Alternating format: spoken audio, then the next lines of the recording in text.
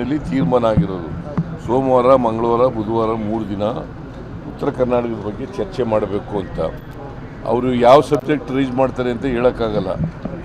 ವಿರೋಧ ಪಕ್ಷದವರು ವಕ್ಫ್ ಬಗ್ಗೆ ಇನ್ನೂ ಉತ್ತರ ಕೊಟ್ಟಿಲ್ಲ ಸರ್ಕಾರದಿಂದ, ಮತ್ತು ಅದು ಚರ್ಚೆನೂ ಮುಗ್ದಿಲ್ಲ.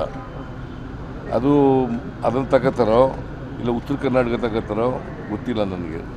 ಗೌರ್ಮೆಂಟ್ ಈಸ್ ರೆಡಿ, ಉತ್ತರ ಕರ್ನಾಟಕ ಚರ್ಚೆಗೂ ರೆಡಿ ಇದೆ, ಉತ್ತರ ಕೊಡೋಕ್ಕೂ ರೆಡಿ ಇದೆ. ಮಾಣಿಪಾಡಿ ಆರೋಪ ಮಾಡಿದ್ರೆ ಅದು ನಮ್ಮ ಸುಳ್ಳಿದೆ ಅಂತೇಳಿ ಸ್ವತಃ ಮಾಣಿಪಾಡಿ ಅವರೇ ಹೇಳುವಂಥದ್ದು ಸರ್. ವಿಜೇಂದ್ರ ವಿರುದ್ಧ ಆರೋಪ ಮಾಡಿರೋದು ಸರ್. ಇಲ್ಲ ಇತ್ತಪ್ಪ, ಮಾಣಪ್ಪಾಡಿನ ಸ್ವತಃ ಇದರಲ್ಲಿ ಹೇಳಿದಾರಲ್ಲ ಹಿಂದೆ. ಮತ್ತೆ ಅದು ಏನು ಯಾವ್ದು ಸರಿ ಯಾವ್ದು ತಪ್ಪು? ಈಗ ಮೊದಲು ಹೇಳಿದವ್ರು ಯಾರ್ರೀ? ಮಾಣಿಪ್ಪಾಡಿ. ಅದ್ರ ಮೇಲೆ ತಾನೇ ನಾವು ರಿಯಾಕ್ಟ್ ಮಾಡಿರೋದು.